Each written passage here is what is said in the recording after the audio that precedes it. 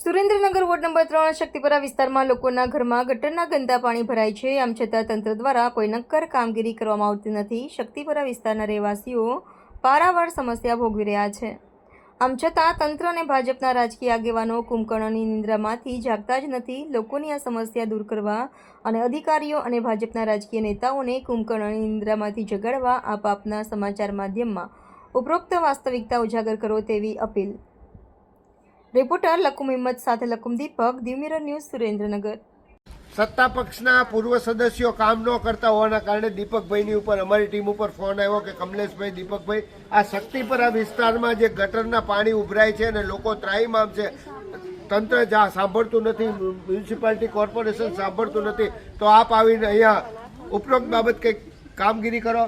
જે સંદર્ભે અમે અત્યારે અહીંયા આવ્યા છીએ સુરેન્દ્રનગર મહાનગરપાલિકાના કમિશનર શ્રી, સુરેન્દ્રનગર મહાનગરપાલિકાના ડેપ્યુટી કમિશનર શ્રી, સુરેન્દ્રનગર મહાનગરપાલિકાના વહીવટદાર એટલે કે સુરેન્દ્રનગરના કલેક્ટર શ્રી અને વઢવાણ વિધાનસભાના ધારાસભ્ય શ્રી, આપને અમે જણાવીએ છીએ કે આ શક્તિપરા વિસ્તાર એટલે ટોટલી ભાજપને સમર્પિત વિસ્તાર છે. આ તમામે તમામ આ વિસ્તારના તમામ લોકોએ લગભગ તમે બધા ભાજપને મત આપો ને? કોને મત આપો છો? કોને મત આપો છો? આ આખા વિસ્તાર ભાજપના કમિટેડ મતદાર છે. આમ છતાં આ લોકોને પ્રાથમિક સુવિધા મળતી નથી. આ વિસ્તારમાં ગટર ઉભરાય છે. હવે તમને બહુ દુઃખ થાય અને તંત્રની સંપૂર્ણ નિષ્ફળતા, નિંબર નિષ્ક્રિયતા દેખાય એ માટે અમે દીપકભાઈ ઓલો વિડીયો તમે લઈ લો. આ રોડમાં ગટરમાં ઘરમાં પાણી ગરી જાય છે, ગટરના પાણી ગરી જાય છે. આવો બેનો બધા.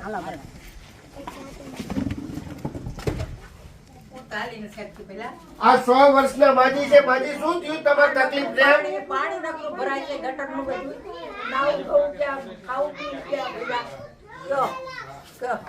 સુરેન્દ્રનગર મહાનગરપાલિકાના કમિશનર શ્રી, તમારી ઉંમર કેટલી છે? મારી ઘણી ઉંમર તો પેલા 100 વર્ષ ઉપરની ઉંમર છે અને શક્તિપરા વિસ્તારમાં રહે છે. આમના ઘરમાં ગટરના પાણી ભરાઈ ગયા છે. તેમને ક્યાં યુરિનલ જવું, ક્યાં લેટ્રિન જવું, ક્યાં જમવું બેસવું એ પણ પ્રશ્નો છે. આમ છતાં આપ આટલી બધી નિંબર નિષ્ક્રિયતા દેખાડશો એ ખૂબ દુઃખદ બાબત છે. આ બધું ખાવા પીવાનું બધું ક્યાં આ દેખાડો દીપકભાઈ.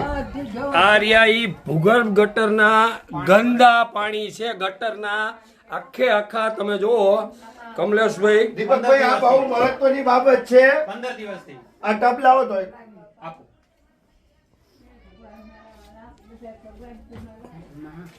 સુરેન્દ્રનગર મહાનગરપાલિકાના કમિશનર શ્રી, વઢવાણ વિધાનસભાના ધારાસભ્ય શ્રી, અમને બહુ દુઃખ સાથે તમને કહીએ છીએ કે આ શક્તિપરા વિસ્તારના લોકોના ઘરમાં ગટરના ગંદા પાણી કરી ગયા છે. આમ છતાં આપ આટલી નિંબર નિષ્ક્રિયતા દેખાડો છો એ ખૂબ દુઃખદ બાબત છે.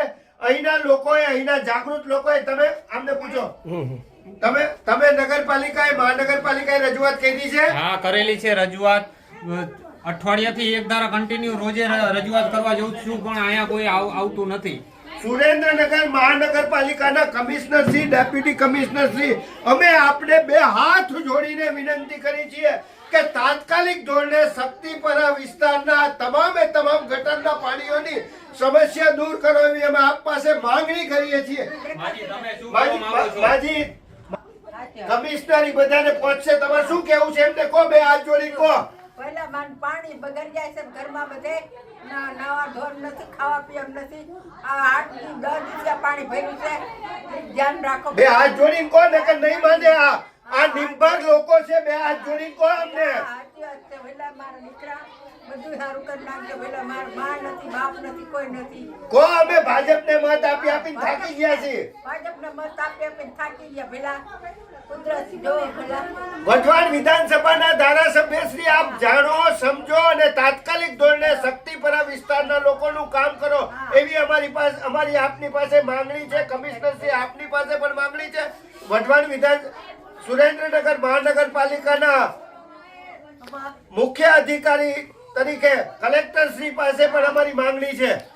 વોર્ડ નંબર 3નો આ વિસ્તાર છે. શક્તિપરા વિસ્તારના લોકોની સમસ્યા છે. કમલેશભાઈ કોટેચાની આ રજૂઆત છે. હાય, હું છું ક્રુઝિન સિંઘાનિયા. આપની આસપાસના સત્ય સમાચાર જાણવા માટે જોતા રહો દીવ મિરર ન્યૂઝ. અને હા, લાઈક અને સબસ્ક્રાઇબ કરવાનું ભૂલતા નહીં. Thank you.